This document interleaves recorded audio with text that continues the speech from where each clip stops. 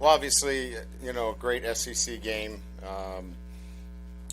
Two, I think, outstanding defenses.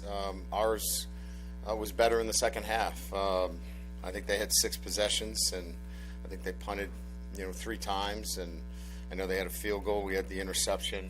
I think one on down. So, just a classic, battle of 2 really good defenses, and then. Guys making plays in the second half. Jaden Daniels made a lot of plays for us in the second half. Receivers stepping up, the back step up. And what was evident to me was our physical conditioning in the third and fourth quarter. We were able to control the line of scrimmage. When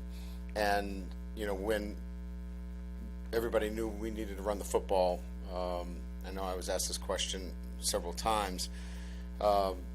We ran the football effectively, and we were able to close out the football game, and that's what you have to do, and we were able to do that effectively. So really excited. Our guys are gritty. They were down in the game. They never questioned whether they could come back, and we're building that kind of mindset. And if they keep working hard and keep doing the things the right way, we just want to be a better team in November. So if we can incrementally keep working at it and get this team better in November, this can be a pretty good football team. So with that, we'll open up to questions. Ryan, you talked this week about the complementary football against the air raid and that. Was there ever a moment kind of the offense was starting to get going and you were worried about the defense getting tired of getting out? Absolutely. Yeah, we were putting them in some compromising positions. That's why we went forward in some fourth down situations. We needed to stay on the field. We had 4 penalties, procedure penalties early on. So we were shooting ourselves in the foot. I knew we were going to settle down and play better football.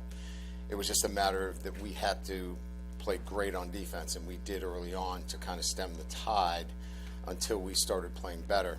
We went to a 2-minute tempo right before the half.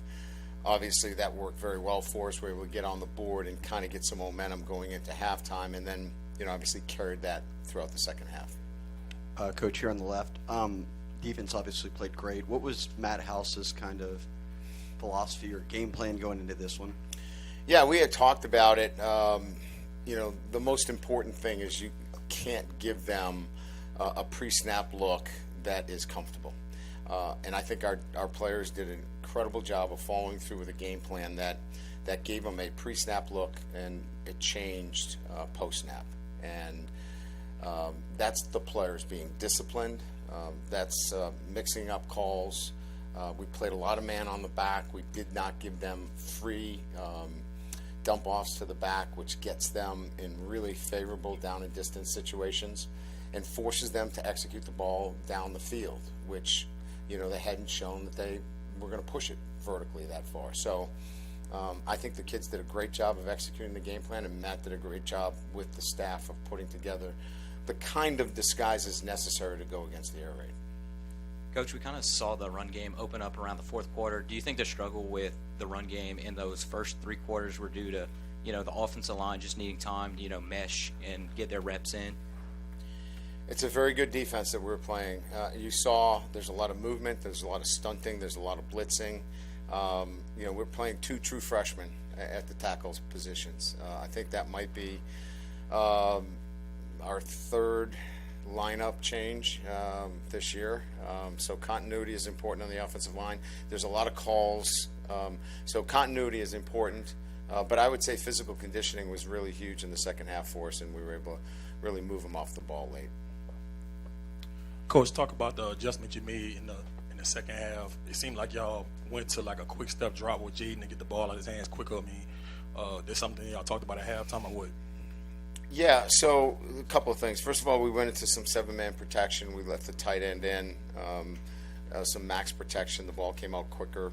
There's no doubt about that. We wanted to make sure that we protected him. You also saw we sprinted out on some key situations, came up with some big plays in third down. We had another fourth down, which we didn't convert. The ball came out flat on one roll where we rolled left. But those were some of the adjustments we made. Defensively, it was no major adjustments. We played too trail and got a little too soft, got out of that. But everything else we kind of kept the same with our defensive structures. Hey, Coach, 7.5 minutes left to go in the game. You had a 1-point lead, 4th and 3 at their 34, and Jaden makes the big throw to Malik. What did you see on that play? What did that play mean in the victory today? Well, that was a huge play, obviously. They had been giving us enough man that on one side of the formation in the 2x2, we had a man beater. On the other side, we had a zone concept with the back. So we were going to flood a zone if it was zone or quarters, and on the other side, it was a one-on-one with Malik with a lot of field to work with. So Jaden did a really good job recognizing the man coverage, put the ball out there. The first couple of throws down the left side, he opened up. I reminded him that he was getting a little bit open and voiding his shoulders. He came back, tightened it up, threw a beautiful ball. Malik makes a nice catch. Hey, Coach, right up front. You kind of touched on it a little bit, but 2 true freshmen playing tackle and 2 sophomores playing guard for you guys. Just, I know penalties are something you want to get cleaned up, but just how would you assess the overall performance of those guys? Yeah, I mean, it's really good. I mean, some of the penalties were, we thought we had somebody in the neutral zone. They saw it differently. We had a tough day with the clock. That'll be a Monday meeting. So we'll see what happens there. So we had a clock that we thought was coming down, and then they move it back up. The guys were a little anxious. So we can fix those and clean those things up. But they, all in all, to have 2 true freshmen, 2 young guys, the 3rd starting lineup we have, I'm really pleased with what they did tonight. Brian, how far have you come in 13 days? I said this, I think, at the press conference. The one thing I know about this group for certain, and we're still trying to learn more about each other every day, is they're fighters. They'll fight. And we saw that against Florida State. We were obviously very talented going against a Southern team. That probably wasn't a great glimpse, but I knew that they would fight tonight. The areas that we have to get better at is we have a standard of preparation that has to get better each and every week. And if we continue to work towards that standard of preparation, they're going to be pretty good. But it's going to take, it's not easy. And I think they're starting to believe that. Winning helps. So if we can continue on that realm, I think this team can continue to get better. Coach, the comfortability of Malik and Jaden, they seem like they have a connection there. Yeah, I mean, he likes finding them. We had a 3rd down situation where I don't know if you saw an overthrow where we had to settle for a field goal.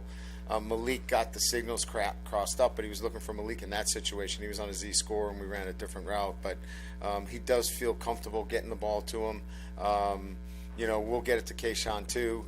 He gets a little bit more coverage and help over the top. So, Malik's the beneficiary of it. So it's much more about Kayshawn sometimes gets the double coverage, which leaves Malik in a really good situation, and Jaden sees that. Coach, you said that moving Jay Ward to the nickelback position was a natural fit for him. Obviously, we saw that tonight. How did you identify that? What characteristics does he have that make him better at that position than safety? Yeah, playing him low and giving him the opportunity to run fit. He had 15 tackles tonight. He was outstanding. He was all over the place. One of the things we were concerned was the ball getting outside. It got outside him one time where, he got a little over-aggressive, but he was all over the place. And it's just the position itself where he can be involved in the physicality instead of being a deep player in the middle of the field. That's really the difference between where he is now. Coach, here in the back. Obviously a big credit to your defense tonight, but would you say that Roy falling on the muff punt would be the turning point of the game, or what's your perspective on that? Yeah, I mean, I think there are a number of different, things that we could look to. Jacques talked about the big 4th down conversion to Malik. I think, putting the game away, but that certainly was a momentum builder. I think the score right before the half was crucial. Getting something on the board and building momentum with the group so they had something where we could say, hey, we didn't play great on offense, but now we're right in it. So I think there are a number of moments that you could look to, but certainly, we got one back there, certainly. believe you started 0 for 8 on third downs tonight, then went 6 for 7. I know you got to credit the players, but what'd you see with the calls and kind of how you changed that third down game plan? Yeah,